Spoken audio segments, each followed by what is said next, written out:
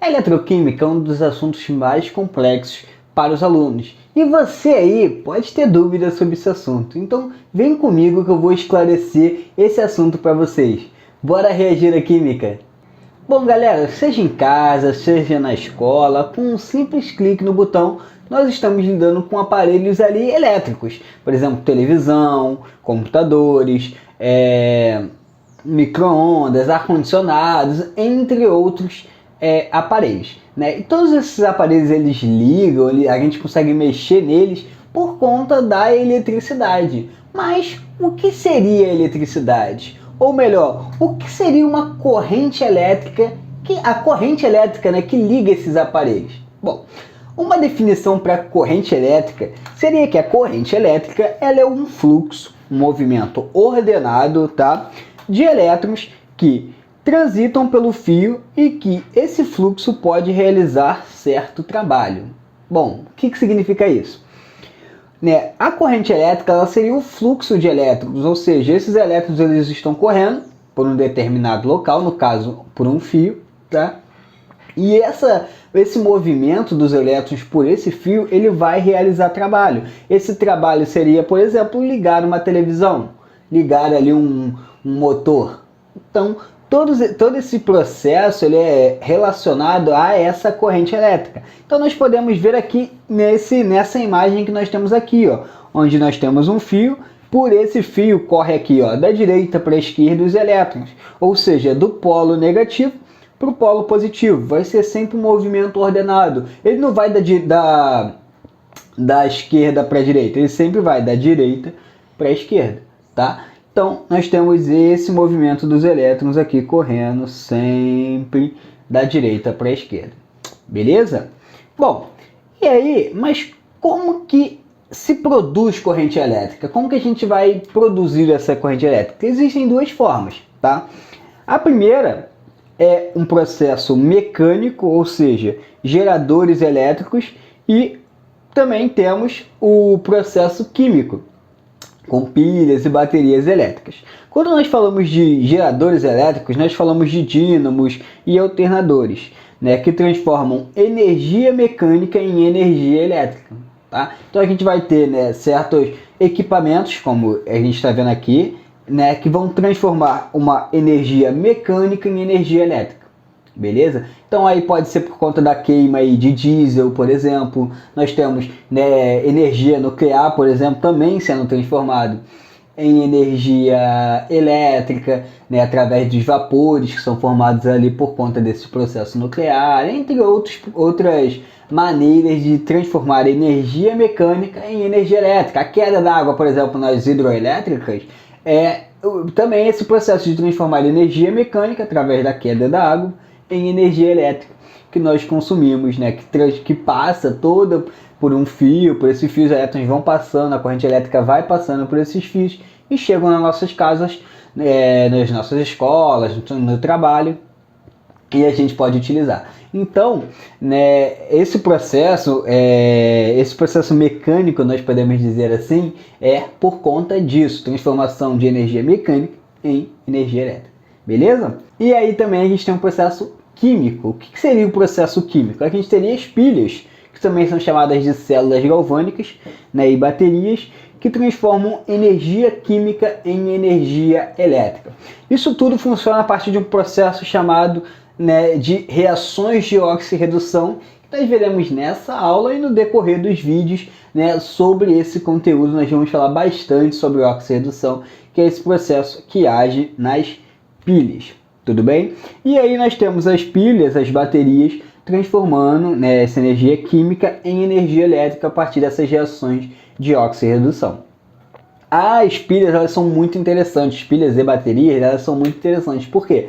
Porque a gente vai, a partir delas a gente vai transportar a energia elétrica, né? Elas ficam armazenadas dentro das pilhas e das baterias, então a gente pode transportar, a gente pode usar, por exemplo, em lanternas, em rádios, né, em controles, relógios, entre outras coisas, a gente consegue transportar essa energia elétrica a partir dessas pilhas, dessas baterias.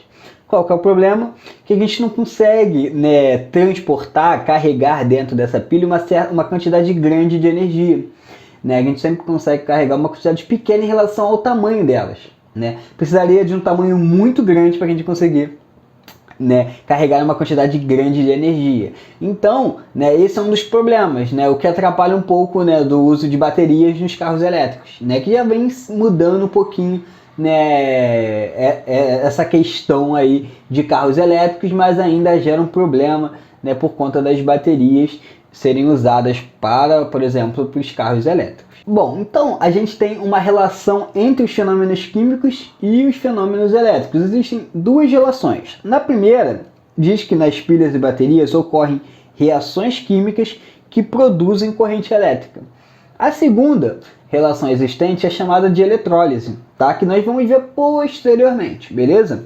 Que diz que acontece o inverso, ou seja, é a corrente elétrica que vai provocar uma reação química. Então, no primeiro processo de pilhas e baterias, nós temos uma reação química, vai produzir corrente elétrica. Na eletrólise, é o inverso, é a corrente elétrica que vai produzir uma reação, beleza? Então, como temos aqui nesse esqueminha, tá? Nós temos aqui uma reação na pilha, na verdade, né? Ocorre um fenômeno espontâneo, tá? Onde uma reação química vai produzir corrente elétrica. Já na eletrólise é o contrário, nós temos o que? A corrente elétrica produzindo uma reação química. Beleza, galera? Então nós temos aqui um fenômeno contrário ao das pilhas. E aí, por que a pilha é espontânea e a eletrólise ela é não espontânea? Porque na eletrólise a gente sempre tem que estar aplicando corrente elétrica, a gente vai estar sempre aplicando essa corrente elétrica para que esse processo ocorra. Tá? Na pilha não, a reação química ela vai acontecer de forma espontânea e vai produzir essa corrente elétrica de forma espontânea. Então essa é a diferença entre pilha e eletrólise. Claro, a gente vai ver isso mais para frente, essa diferença, entender bem melhor como funciona cada um desses processos, mas essa aqui é uma definição básica, beleza? Bom, sendo assim, dizemos portanto que a eletroquímica é o estudo das reações químicas que produzem corrente elétrica ou são produzidas pela corrente elétrica, ou seja, pilha e eletrólise. Bom, galera, é importante salientar também que todos os fenômenos eletroquímicos eles vão decorrer de reações de oxirredução. E esses fenômenos de oxirredução estão presentes ao nosso redor. Então nós temos vários exemplos onde nós temos reações de oxirredução. Por exemplo, o processo de combustão é um processo de oxirredução. A queima, né, de alguma coisa, no caso aqui do fósforo, é um processo de oxirredução. Beleza? Toda queima, processo de combustão, ele é um processo de oxirredução. A ferrugem dos pregos também, né, o processo de oxidação de um prego de ferro, onde ele vai enferrujar. Não se esqueça, galera, ferrugem só para o ferro. Outros metais eles não vão enferrujar. A ferrugem é unicamente do ferro. Beleza? Desse metal específico. Então, a ferrugem do prego ele é um processo lento de oxirredução. Já a queima, né, a combustão do fósforo é um processo rápido de oxirredução. Nós temos dois processos de oxirredução aqui diferentes. Um que é um processo bem rápido, a queima. O outro um processo lento, onde vai se oxidando aquele ferro lentamente até, né, ficar com esse aspecto aqui, onde nós conseguimos ver claramente a ferrugem. Fiquem tranquilos que nós vamos entender, né, daqui a pouquinho, oxidação, redução, oxirredução, fiquem tranquilos. Outro exemplo aqui nós temos é a fotossíntese. A fotossíntese também é um processo, é uma reação de oxirredução. Então elas estão aí misturadas no nosso dia a dia, que às vezes a gente nem sabe, mas são reações de oxirredução. Bom, mas precisamos falar mais claramente sobre oxidação, redução, reações de oxirredução. Mas antes, galera, não se esqueçam de se inscreverem no canal. Me ajudem aí, eu fiquei um tempo sem postar, tive alguns problemas particulares, mas agora estou voltando com tudo, vai ter vídeo toda quarta e toda sexta, então não se esqueçam de se inscreverem nesse canal aqui, porque vocês vão estar me ajudando muito, beleza, galera? Bom, então voltando, né, nós podemos falar agora dos processos de oxidação e redução. Bom, para entendermos melhor, nós temos que ver, né, entender um pouco sobre ligação iônica. Tá? Se vocês querem uma aula sobre isso, deixem nos comentários que eu faço para vocês. Tá? Mas eu vou falar bem superficialmente sobre isso. Na formação de uma ligação iônica, um dos átomos ele vai ceder definitivamente um elétron para o outro. Tá? Então nós temos aqui o sódio e o cloro. O sódio ele vai ter um elétronzinho dele aqui, ó, e ele vai ceder esse elétron para o cloro. Como o sódio vai perder um elétron que tem carga negativa, ele vai ficar com uma carga positiva a mais. O átomo ele era neutro, então ele perdeu uma carga negativa, ele vai ficar com uma carga positiva a mais. Já o cloro, ele ganhou uma carga negativa, então ele está aqui com uma carga negativa. Então o sódio positivo e o cloro ele é negativo, beleza? Bom, quem perde elétrons, quem vai perder, no caso aqui o sódio, nós vamos falar que ele vai sofrer um processo de oxidação. Beleza? Quem perde elétrons sofre um processo de oxidação. Então, o sódio aqui, ó, ele está sofrendo uma oxidação. Beleza, galera? Sódio sofre oxidação. E o cloro? O cloro ganhou elétron. Quem ganha elétron, ele sofre um processo de redução. Beleza? Então, nós temos isso. Quem perde elétrons, oxidação. Quem ganha elétrons, redução. Igual nós temos escrito aqui embaixo, ó. Oxidação, perda de elétrons. Redução, ganho de elétrons. E uma reação de oxirredução é quando há a transferência de elétrons, tá? Não se esqueçam, galera, uma reação de oxirredução, nós vamos ter sempre que ter alguém que oxida e alguém que reduz. Não é possível nós termos alguém que oxida e não ter alguém que reduz. Temos que ter alguém oxidando e alguém reduzindo, tá? Sempre uma coisa vem em complemento da outra. Então temos que ter alguém oxidando e alguém reduzindo para termos reações de oxirredução. Beleza? Bom, outra coisa de nós entendermos aqui é o seguinte. Quem sofre oxidação, ele é chamado de agente redutor. Beleza, galera? Quem sofre oxidação, ele é chamado de agente redutor. E quem sofre redução, ele é chamado de quê? Agente oxidante, tá? Por que esses nomes, Lucas? Bom, galera, fácil, tá? Se eu sofri oxidação, eu vou ser o agente redutor do outro cara. Então nós temos aqui, o sódio, ele sofre oxidação. Ele vai ser o agente que vai causar a redução do outro cara. Se ele sofreu oxidação, não tem que ter alguém que sofra a redução? Para ser reações de oxirredução? Então, se ele oxidou, ele vai ser o agente que vai causar a redução do cloro. A mesma coisa no cloro. O cloro ele sofre redução. Então, ele vai ser o agente que vai causar a oxidação do outro cara. Então, ele vai ser o agente oxidante. Beleza? Bom, uma última dúvida que pode estar surgindo na cabeça de vocês é o seguinte. Por que quem ganha elétrons sofre redução? Né? Eu, quando eu estudei no ensino médio, tinha bastante essa dúvida. Pô, o cloro ele ganhou elétron, por que ele está reduzindo? Porque, na verdade, quem está reduzindo aqui é o NOx dele. O NOx dele aqui, ele diminui. Como o NOx dele reduz, ele diminui, ele sofre a redução, beleza? Então, quem ganha elétrons, quem sofre a redução, ele tem um NOx reduzido. Então, o NOx, vou botar até aqui, ó, uma vírgulazinha aqui, ó. O NOx diminui. Isso aqui é um N, tá, galera? Ficou meio parecendo um M, mas é um N, tá? E ao contrário, quem sofre oxidação, o NOx aumenta. Beleza? Então por isso que ele sofre a redução, porque o NOx dele vai reduzir, vai diminuir, tá?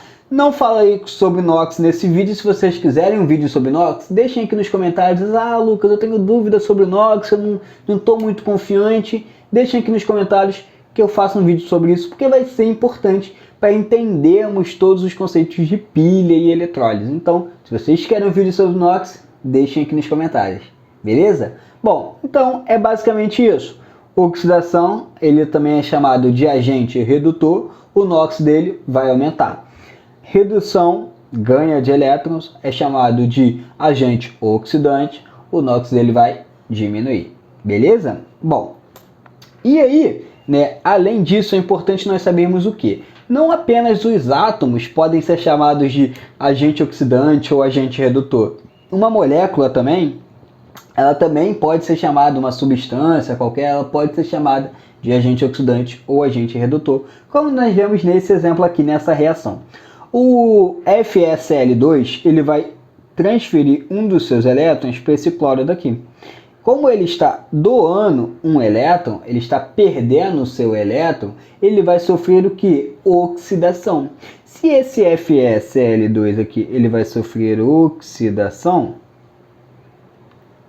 ele vai ser chamado de agente redutor, tá? Porque quem doa o seu elétron, ele sofre oxidação e é chamado de agente redutor. O seu NOx vai aumentar, então o NOx aqui, ele aumenta. Beleza, galera? Então é basicamente isso. É a substância completa, o FeCl2, ele pode sim ser chamado de agente redutor. Toda a molécula, toda essa substância que pode ser chamada. Beleza? Bom, só uma definição que eu não tinha colocado aqui antes, que é o seguinte: agente oxidante é o elemento ou a substância que provoca a oxidação, ele próprio irá reduzir-se, tá? O agente redutor é o elemento ou substância que provoca reduções, ele próprio vai oxidar, tá? Então é basicamente isso, galera. Vocês têm o agente oxidante sofrendo redução, tá? E ele que vai causar a oxidação do outro elemento ou substância.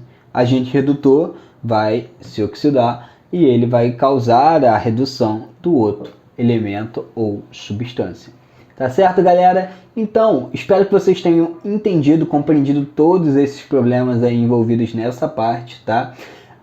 Se vocês ficaram com alguma dúvida, deixem aqui nos comentários que eu vou tentar explicar melhor para vocês, tá? Eu vou trazer uma próxima aula explicando melhor todo o conteúdo de pilhas, tá? Então vocês têm que estar inscritos no canal, se inscrevam no canal, ativem o sininho para não perderem as próximas aulas, beleza? E não se esqueçam de curtir esse vídeo também, que vocês vão estar me ajudando bastante. Beleza, galera? Então é isso, um forte abraço, valeu!